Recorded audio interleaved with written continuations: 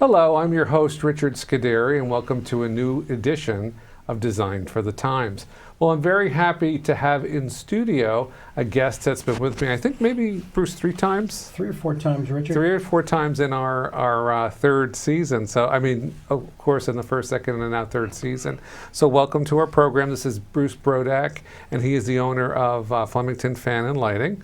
And I have another guest with me today. Welcome to our program. Thank you. And his name is Knudsen. I'm hoping I'm pronouncing that right. And the company that you're with? KTR Associates. Okay, great. So our topic today happens to be lighting, and it's a topic we go to all the time because lighting is fashion, wouldn't you say, Bruce, in terms of the home? It's a very important ingredient in home design and decorating. Right.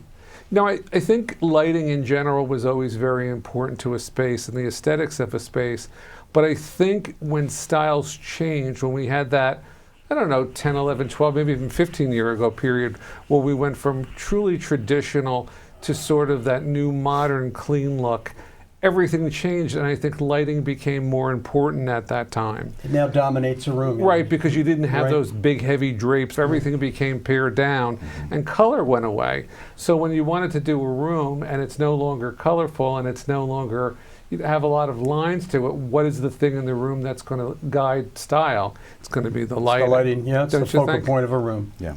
So I wanted to talk about where lighting is now. Greg and I just were speaking, for those of you watching before we went on air, that I feel that we're in a precipice of something new, like a big change.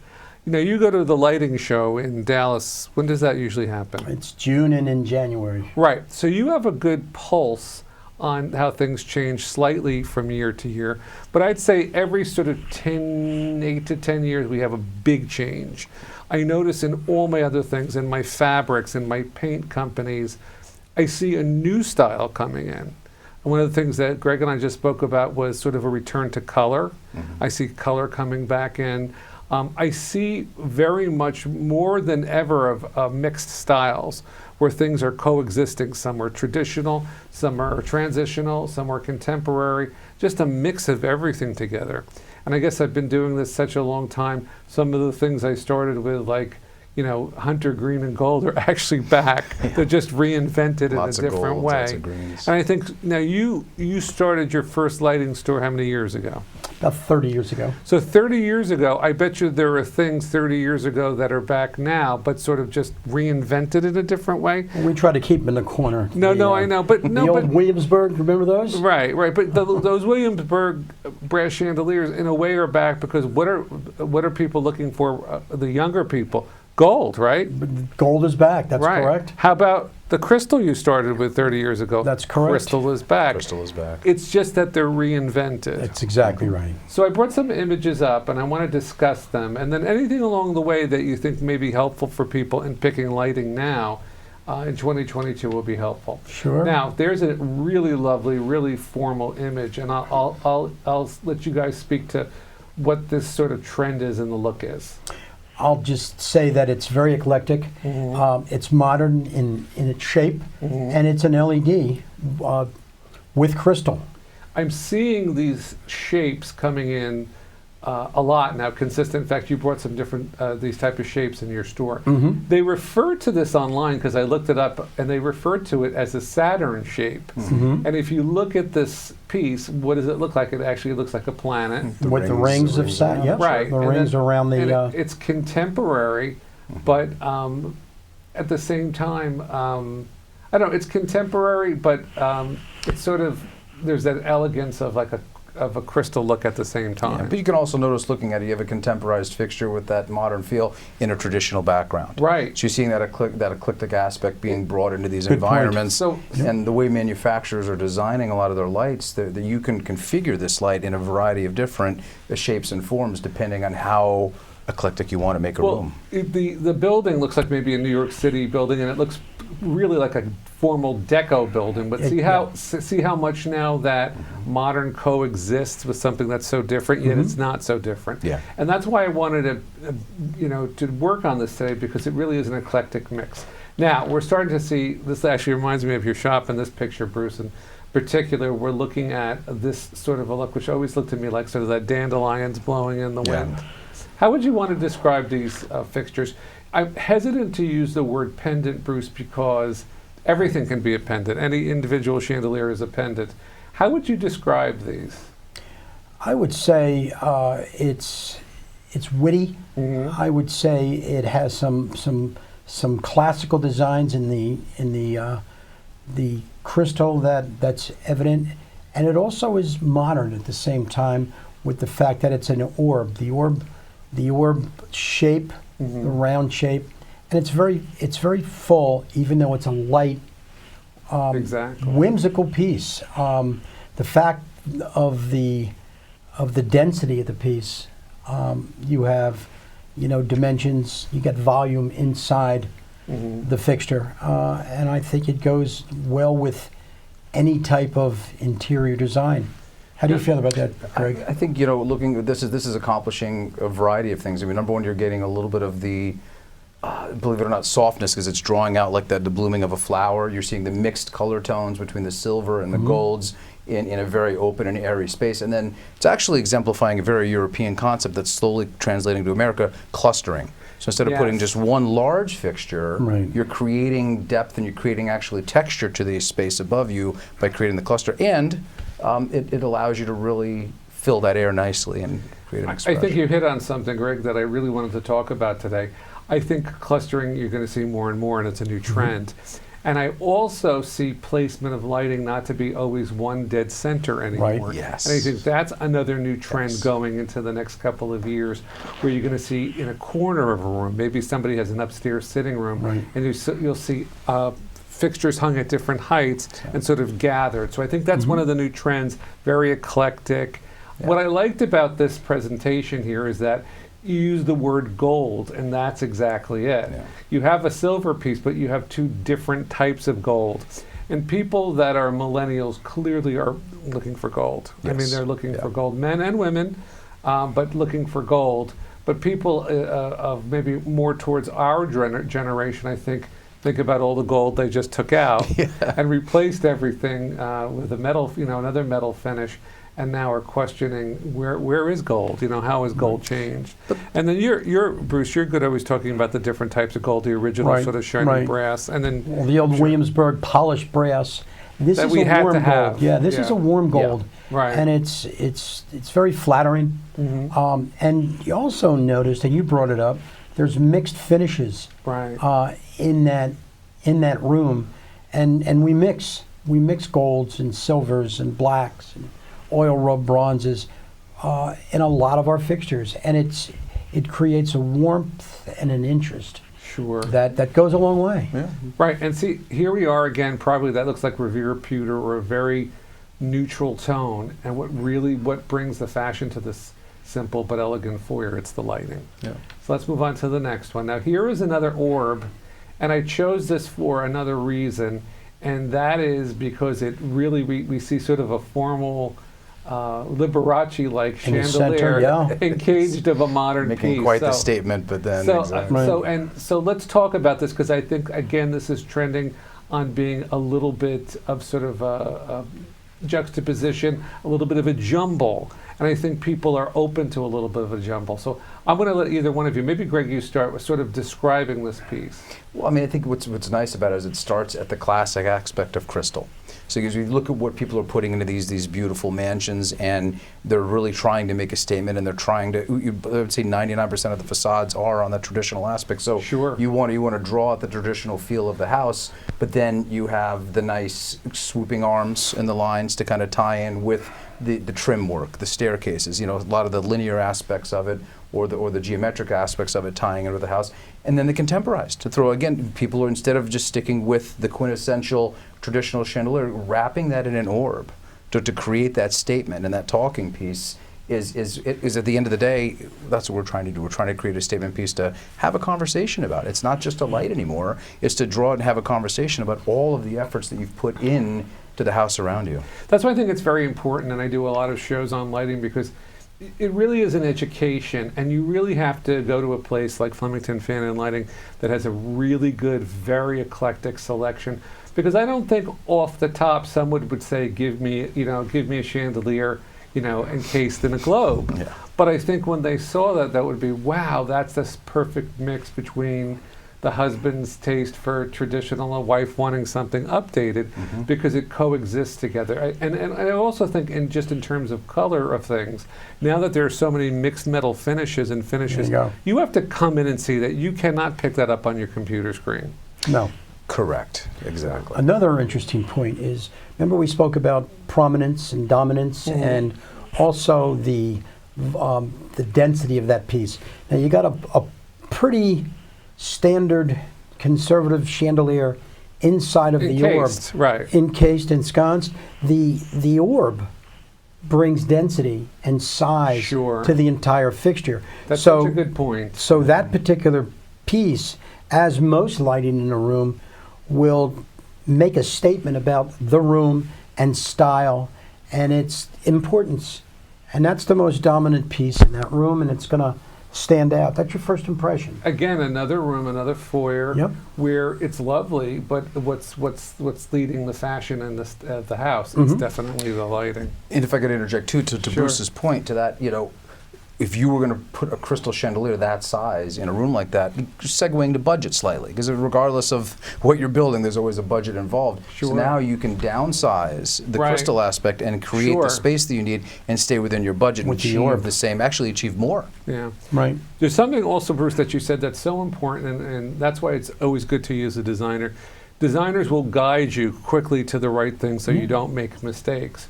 And one of the things that I think many people do is they take a measurement of that particular fixture, the diameter, and say too big or too small. Absolutely. But things like orbs and drum shades that have something called visual weight.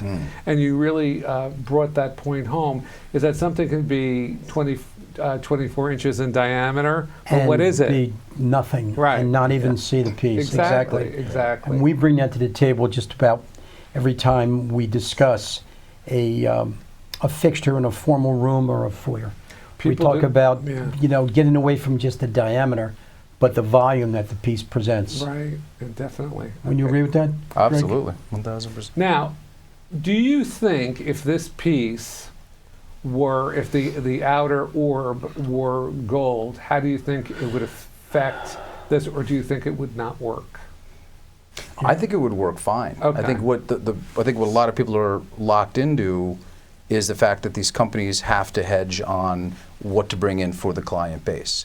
A handful of the manufacturers I work with actually are American-based, and when you select higher grade manufacturers, like when you come to a Flemington Lighting and Fan, they give you the ability to say, this is great, but I want to create a gold atmosphere around it. Well, you can't do that with the standard importing manufacturer, as good as most of them are. But with American manufacturing, you can do that. You can actually change the color and personalize it to your specific taste. And when you're dealing with, that's what you're doing. You're creating a personalization to their feel, and sometimes we're kind of locked into things, and we have to interject a no. We never want to say no to our clientele. When you have the ability to work with an American manufacturer, you don't have to say the no. You get to interject the yes, the yes, the yes, I can do this.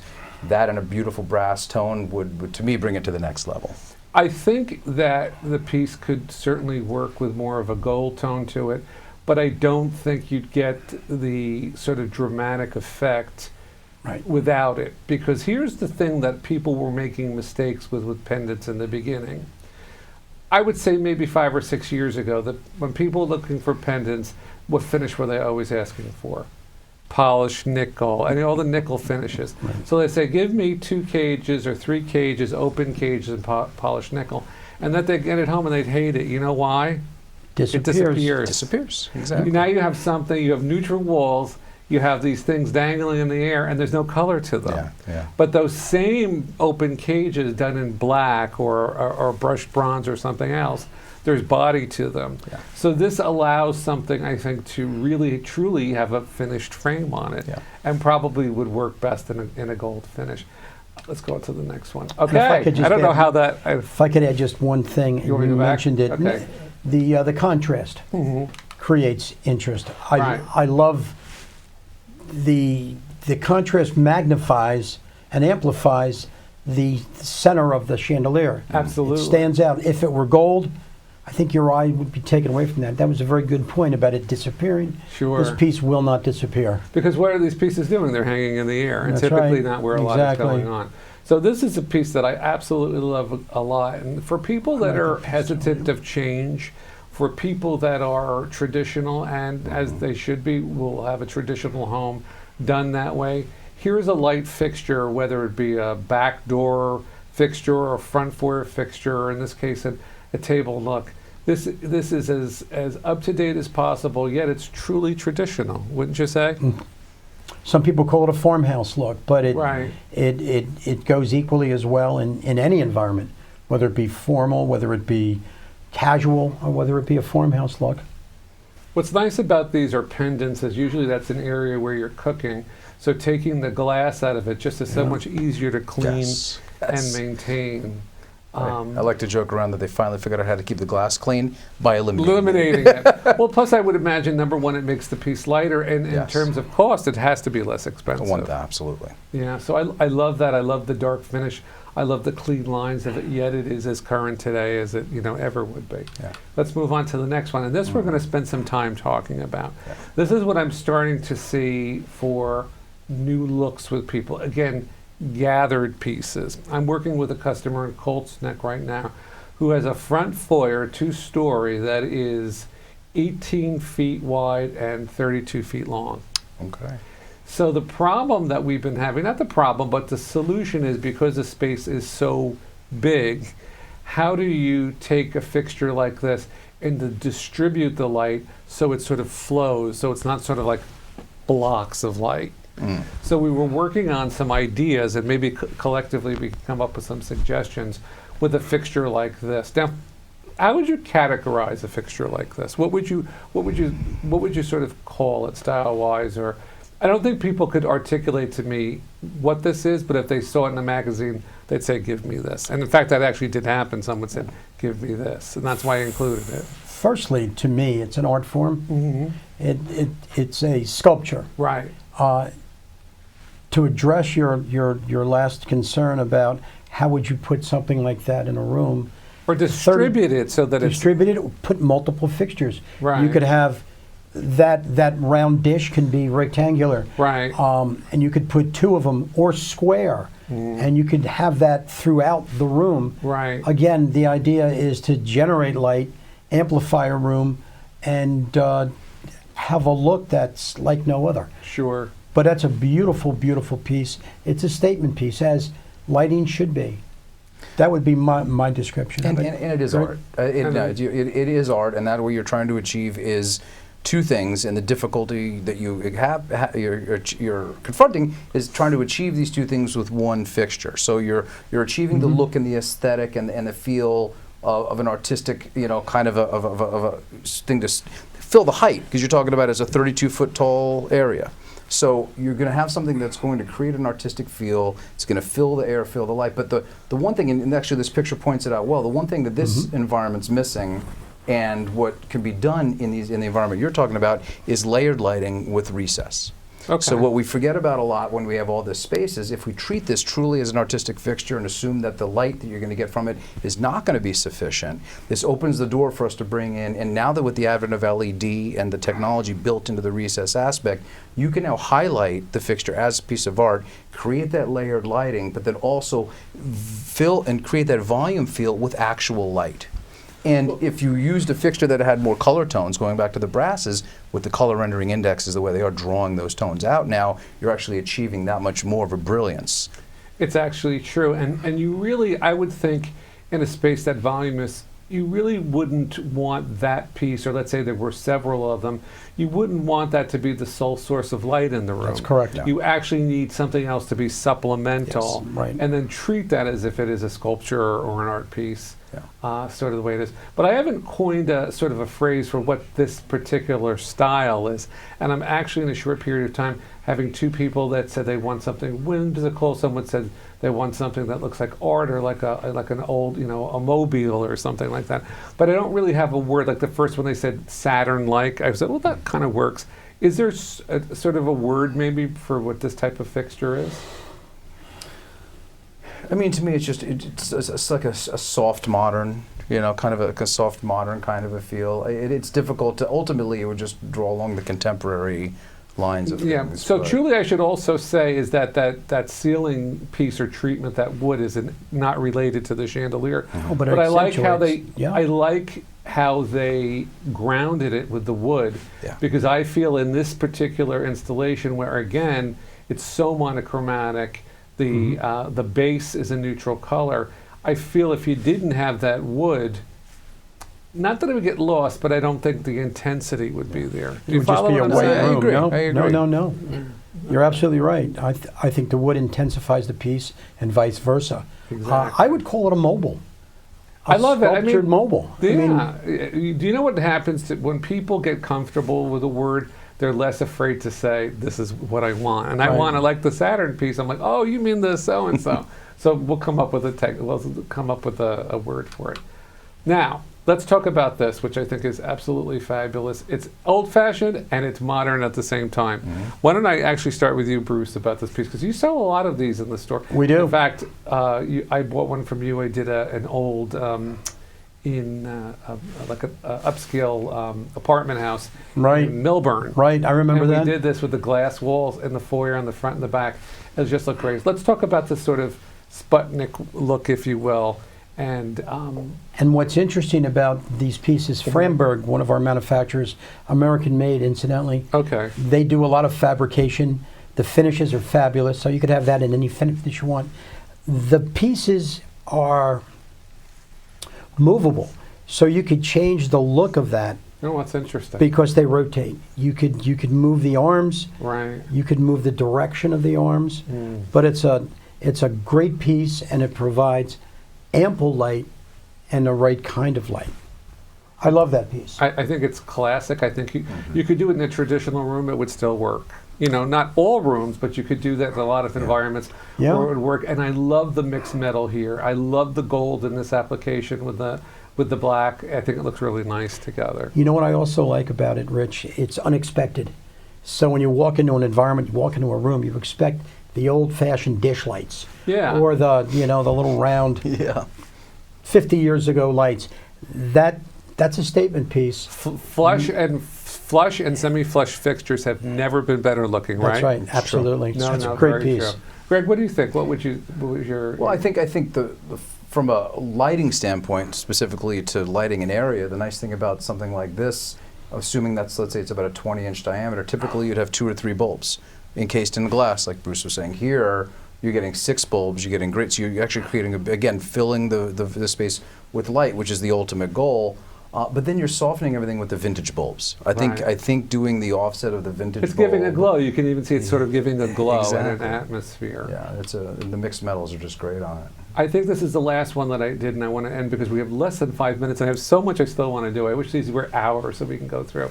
This is actually as classic as can be, a classic chandelier done in a bedroom, a modern-looking new house, and look how amazing that coexists together. Gorgeous. Now you could have done that chandelier a million years ago, and it would have worked fine. Pennsylvania Dutch furniture, very old school. But here it is in an environment that's obviously a new home. Why does this still work? Why does this still look so fresh so many years later? You think? Just so classic. Just so Right. clean. It's comfortable. Honestly, you look where you are. You're in the bedroom. It's an area that you want to lay back and you want to be comfortable. I just and love that just it. that creates a comfort feel to you. So about 3.5 minutes left. I just want to finish up with this whole thought about juxtaposing pieces and working together. Anything else that you see, Greg, that's trending, or you could help our listeners, I'm viewers? seeing lots of nice colors. I'm seeing the burnt oranges. I'm seeing the lime green start to come out. Don't you miss color? I love color. I love color as well too. I really love the fact that you're seeing a lot of the blown glasses coming out in some of the violet Well, look hues. at that one. Look at that last one, where everything that we talked about, color, juxtaposing together, Depth. off-center, everything. Clustering. Could you say this is sort of a trend that we're going to see for the future now? Absolutely, absolutely. You're going to see a lot of the mixing of that. Right. It's just sort of a nice style. And that's all. And I think that's our last one on there, which is the classic drum, which I still think looks pretty sharp. Yep. It does. But look at the focal point of all of these lights in these environments. You got one shot at the ceiling, Right, and you got multiple pieces on the floor. right, The space is the same. right. And So you you might have as to well get the- balance all that stuff that's going on down there. And Exactly. the blue vanity and the color and Exactly. everything.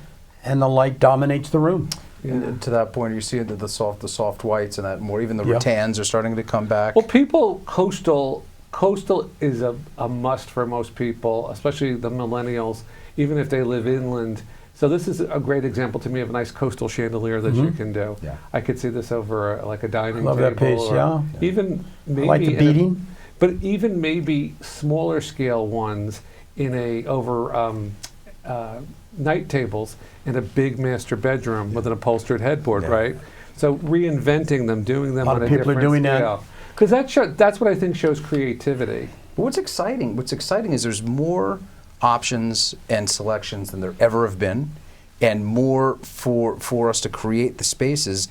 But that draws us right back to the reason that we're here, because they need a designer such as yourself to bring them through that field. Exactly. They need a showroom that can speak to the internet. As great as the internet has been, it might be good for some level of information, but you need a professional to really circumvent all of the different options that are out there. Absolutely. And again, juxtaposition between a drone fixture and a crystal fixture. It's beautiful. You know, to your point, if you go back to the fixture before, the coastal look that you said, that is a classic design. That's an empire piece. It's been I think- around for and- 400 years. No, I'm saying, like, I remember in the early 1970s, my sister's sort of that pink and white bedroom had a fixture like, do you know what I Yeah, mean? in crystal. It is- I remember no, exactly, it's a yeah. very Yep. classic It's a piece. classic design, yeah. Yes. So we're just about a minute left. Greg, if you could give your information. Greg Knudsen with KTR Associates. Terrific, and a wealth of experience today. And Bruce, who's been a guest and will continue to be a guest as long as I pester him to come into studio. Tell us about where you're located so people can come and see a 6,000 square foot showroom of lighting. 6,000 square foot showroom filled with eclectic designs and every major brand. And we help people guide through the myriad of lighting, and so they exposed to beautiful lighting and the right type of lighting with very high importance on the type of bulb that we use. And Bruce, I think a good place to start with you guys before you come in is the website. So with about 16 seconds left, give us the website The again. website is FlemingtonLightingandFan.com, and we're located on Route 202 in 176 Route 20231 in Ringgoes, New Jersey. Thank you both. Telephone number is Thank you. 908-782-8288. Thank you, Rich. Thank you, Rich. And thank you for tuning in to another episode of Design for the Times.